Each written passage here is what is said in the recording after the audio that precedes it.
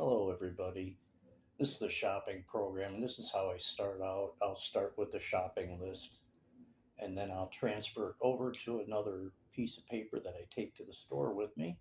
So, first of all, I'm putting in the date of the shopping program, and then we'll confirm the date with a second one, and that's just for file management. If I save a file, it appends the date to the file name. So, we first extract some items that are expired from the list, and then we'll go into the shopping program here from the main program. But you can see these were expired, so now we're in the main program, and this here shows you the list that I take to the store with me. So here we are. We select Milwaukee as our shopping area, and that will pull up only items that are in that area. So each item has that attached to it.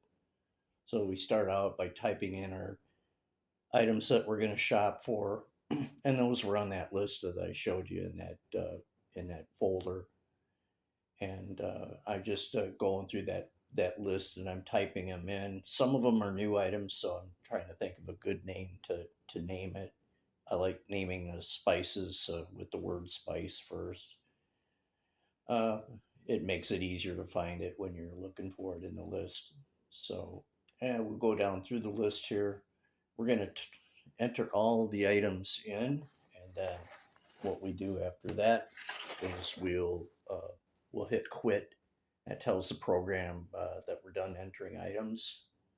And so one by one, it's going to go through all these items and check them with the database and find out what the most expensive and the cheapest price is, the store we bought it at, and so forth.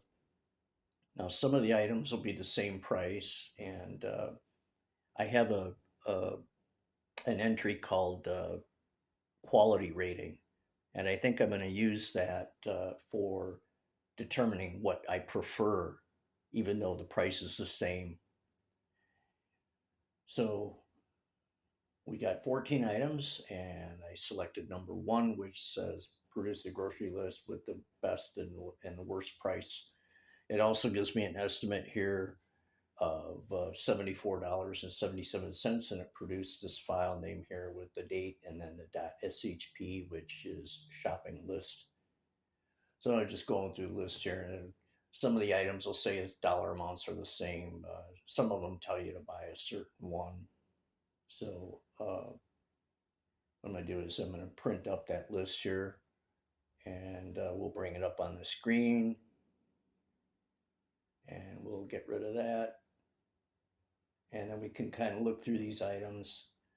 And so some of them will actually tell you which one are most expensive, which is the best price, or if it's cheaper at a different store, that will also come up. So, like you look down a little farther, it says you save $4.82 at Sendix for ground beef sirloin over regular ground beef from another store. The ground beef I bought today is from Woodman's, so that'll be a new item added in. And here's another one. You save $3.50 at Sendix over the Kroger brand. And so, anyway, you go through the list. Some items you don't have anything, and that's because those items have expired and there's nothing left in the shopping list to compare it with. So we'll have to re-enter it in as a new item again. And now this area, it's just showing like the tequila, which is a better price. Now the items that don't have a search item that are new, those will have to be added to that estimate to get a more close estimate of the real price, which would be, I think in this case, about $10. And when I did the final shopping, it actually came out within like a dollar and a half of the actual price I paid. So it was really accurate. So I'm gonna go ahead and just show you here. This is this file here again, taking the items out. It makes a file, so you can go back and look at it. And if you want to save it, you would have to rename it. Otherwise, if you ran this program again with the same date, it would overwrite this file. So if I don't take something out for a few days and then I run the program, um, as long as it's expired, it's going to remove it.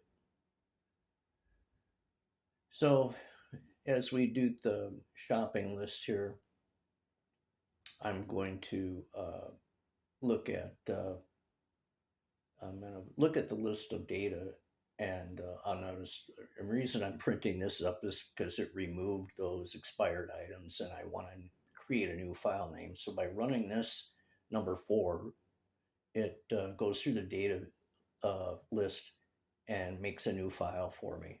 So now I'm going to pull that up as I'm um, looking through and entering things here in a minute.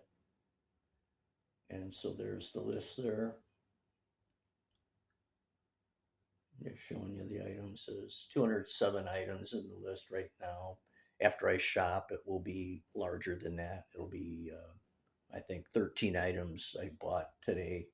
So it'll be about 220 items in the list. But there's another file we're going to pull up here, and it's the items list, and it lists like all the individual different items in the list, and that will probably be somewhere around 100 items. So, because we have multiple items of each thing, so this list will just print one of each and tell me what it is, expiration date, how we measured it, and that kind of thing. So now what we're doing is we're going to make that items list right now by typing in number 8, and 8 will ask me to enter the city area. So it only puts items from that city in there. And then this multiplier, you're going to see that come up. That is the frequency times the multiplier to get the expiration days that we should enter in. So 3 has been working out real good, but I can adjust it. And then what it does is at the bottom of the item list, it will tell me the number of days I should use for that item, if depending on how often we buy it. So now we're back to the main menu again, and now what we're going to do is, let's see here, we're going to bring up that, and that just shows you what it looks like if we just created it. So you have the expiration days on the left, and to the right of the name you have the way we priced everything. So there's 98 different items in the list right now. Even though there's like 200 plus items total in the list, we have 98 different items. So now I got the data file pulled up along with the list. And then what we're going to do here is you're going to see after I shop, we're going to enter these items back into the program. So I made a mistake here and I messed something up. So I'm going to have to go back and reload that.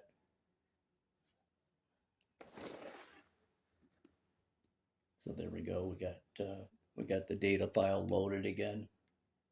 And this is what's current in the list right now before I go shop.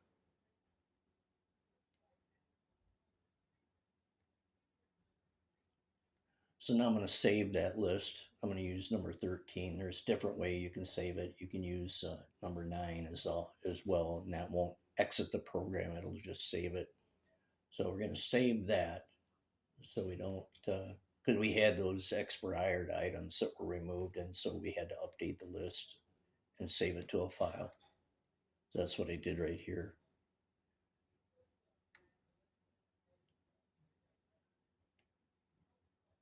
And then we just closed out the program by saving it, the 2 files, the data file and then a backup of the data file as well. So, so now we're going to go shopping. Actually, we went shopping, I'm sorry. And now we're back and we're going to enter these items that we shopped for into the shopping database. So what I'm doing now is I'm pulling up the data file and the the items list. I'm going to keep that on the side, and then I'm going to load the program, and then we're going to select enter uh, number 2 for data entry. So we pull up the program here and we're going to load in the dates.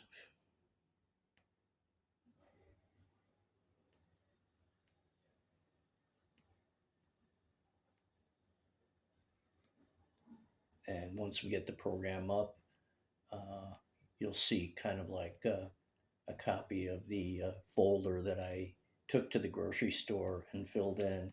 And then I also calculated the per ounce or whatever the way we figured the price. You can see there the 0.8, the decimal pointed numbers that are less than one. That's the per ounce prices. And so I have to manually go through the list and do each one of those before I enter it. So I'm just looking at the first item on the list of the paper and I'm reading that. And I'm just double checking the spelling right now to make sure I don't spell it wrong. That's the main reason I got it up here. And then I'm just curious what I paid compared to some of the other prices that were in the data list also. So we enter the brand. The brand is not searched, but you can put anything you want in there.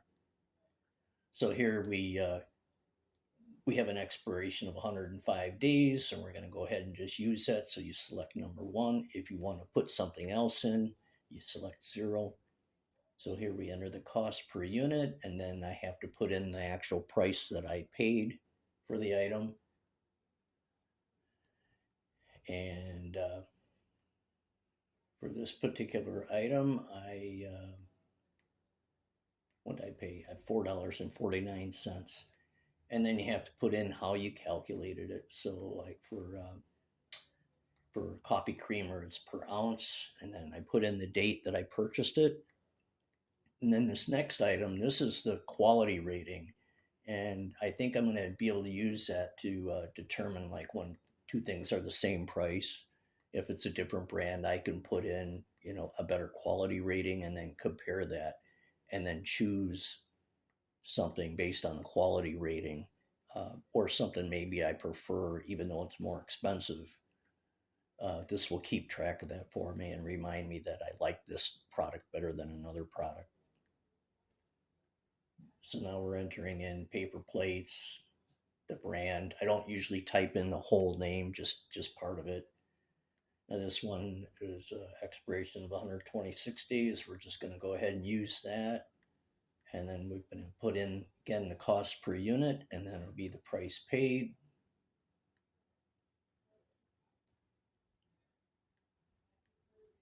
How we calculated it.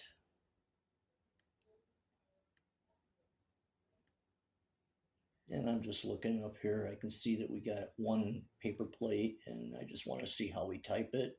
And I got it correct, so we can continue.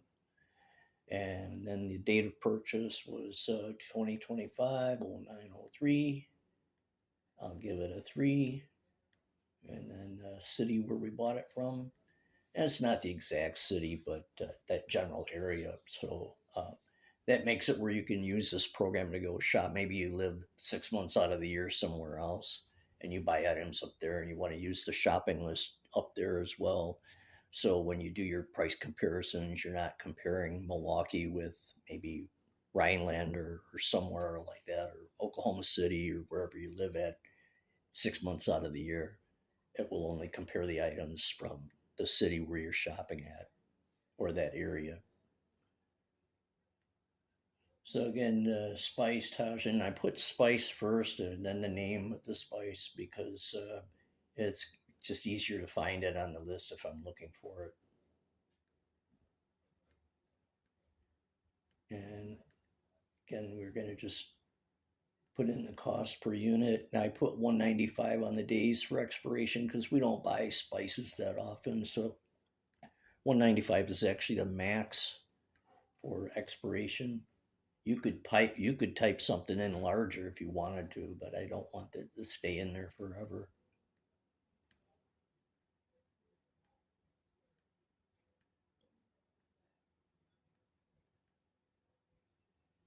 I think the maximum that you can actually type in order for it to calculate the days properly would be 2 years. So 365 times 2 minus maybe minus 1 day. That would be the maximum. because the program can look back as far as 2 years.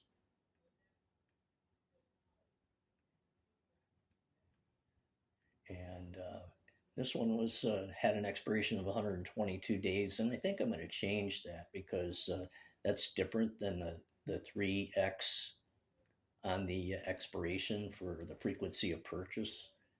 So I'm looking at the list down here at the bottom of the items list, and it's going to tell me, give me a guide to use here. So I'm going to go on down to the bottom here and I'm going to say, okay, I bought this like every 3 weeks, maybe every 28 days. So I used actually 42 days. So I said, okay, let's use 126. And that's how that works. This gets printed up for you when you put in your frequency of purchase. And then you put in your actual price paid again, because you might um, that's important because sometimes you'll get two items where they compare the one will be actually more per ounce, but they'll package it smaller, so you actually pay less. And so the program can recognize that, and it'll actually tell you that you bought something that was more expensive, but because of packaging, it was you actually paid less. So it just lets you know that. And here we again we use the 65 days, and we got to put in the cost per unit. Again, I calculated these out before I do the shopping. Before I do the data entry, I calculate each all of those out from that after I write down the ounces and the price from the store. Then I come home and I just take the price divided by the number of ounces or milliliters or whatever it is, and then write that in there.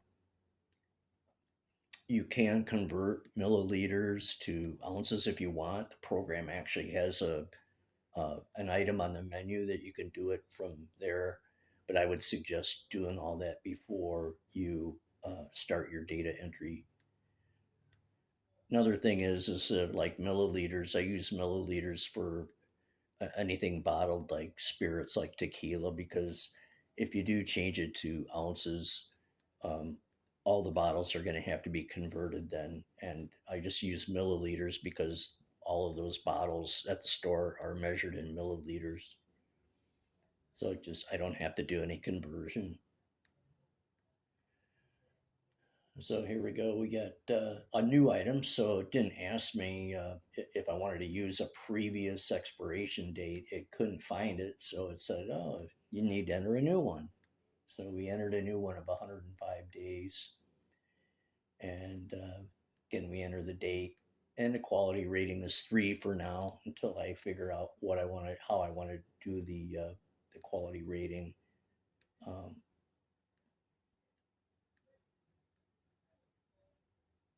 And I think if it's cheaper, I just want the main thing. I want to know what is cheapest to buy at the store. Which store is going to give me the best prices? Uh, the quality ratings uh, are just something that pop up, and I can look at that before I actually go to the store and decide what I want to do. So this one had an expiration of 87 days. And I think the new expiration is like every 28 days we buy that hot dogs. And it's 84 days. So I'm going to select 0 here and I'm going to enter in the 84 instead. And then cost per unit.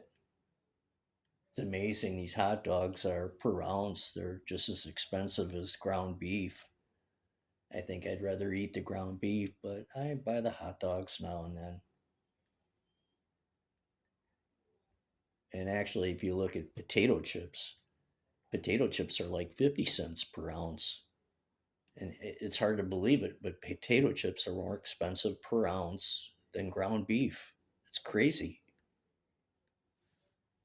So here I got beer. Now this is interesting. I'm typing this in for the first time, so I don't want the name to be too long, but I want it to be as descriptive and give me as much information as possible.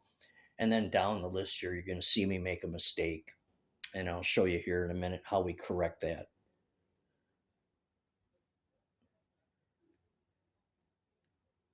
So we'll use 65 days again, and we'll put the cost per bottle. So this was a 9 pack of 16-ounce cans. So it's a little more expensive than the regular bottle of beer, but only by 10 cents. It's really not a bad price. Instead of 12, you're getting 16 ounces for 10 cents more. So that's 25% more beer. So there's my mistake. Where I was supposed to type in a price per paid, I typed in the wrong thing and it skipped down to the date. So now I'm going to have to put this date in here, and I've got Woodman's in there, and I need the name of the store, and the date. So we'll put that in there, and then I can go ahead and finish this out, and then we can correct it. And you're going to see it here coming up here. There's an entry number 11. Lets me remove and re-enter an item one time, and then kicks back to the menu. Then I'd have to select number 2 again to continue entering items. So I'm just putting in the beer, date, and then the name of the store, and it'll take that item out because I screwed that up. So now I'll just re-enter it here with the correct item instead of when it asked me for the price paid for the item. Where I put in the item, the index, the how we price it. It was looking for a number and it didn't get that.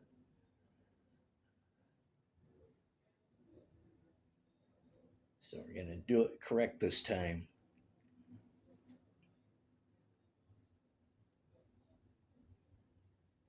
That's where I made the mistake. So now it needs to know the actual price I paid for that 9 pack of beer. It was $12.69. There we go. That's where I was supposed to enter that. Put the date of purchase, 3, and the city. And I think we got one more item to put in. So we're going to select number 2. And then when we're done, we'll just hit quit. So I got one more item. I think it was tequila. I bought a bottle of tequila. And I bought the Cabo Wobble. So I'm going to just type it in as Cabo. And I think I keep the same expiration date and enter the cost. And this is per milliliter. So we'll put the price I paid here first. And I had to look at the data file because I didn't have my receipt with me, but I know it's the same. They haven't changed the price on it. I know it was like, so I just look it up here. And I got it here. It was $24.99. And we'll put that in.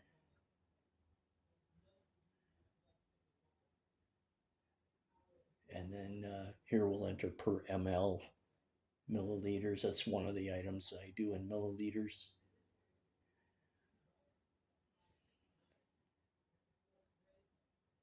Okay, and this is the last item, so we'll type quit, and we're back at the menu. And so I might want to just save everything for right now.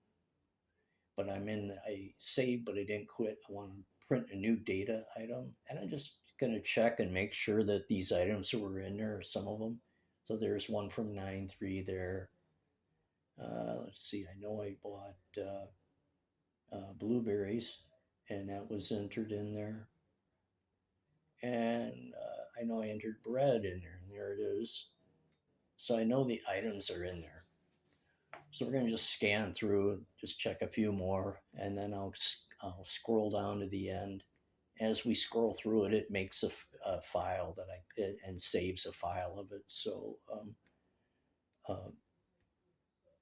for listing, for looking at the other file at the end, when I save the data file, that goes into a binary file written in from the database. it scans in item at a time and then reads it into a file. So that's separate from this file. Then I'm going to do a new item list, I think, here. I'm going to do number 8, make a new items list and update that. So again, I'm going to type in the city where this is, and it'll pull up all the items from that city area, give it a code. Okay, that's done. Now I could quit without saving, but if I don't remember whether I saved or not, I'm just going to go ahead and type in 13 and exit. That way I know it's in there for sure. But you can exit without saving, but we won't do that today. All right, well, thanks a lot for watching, and we'll see you in the next one.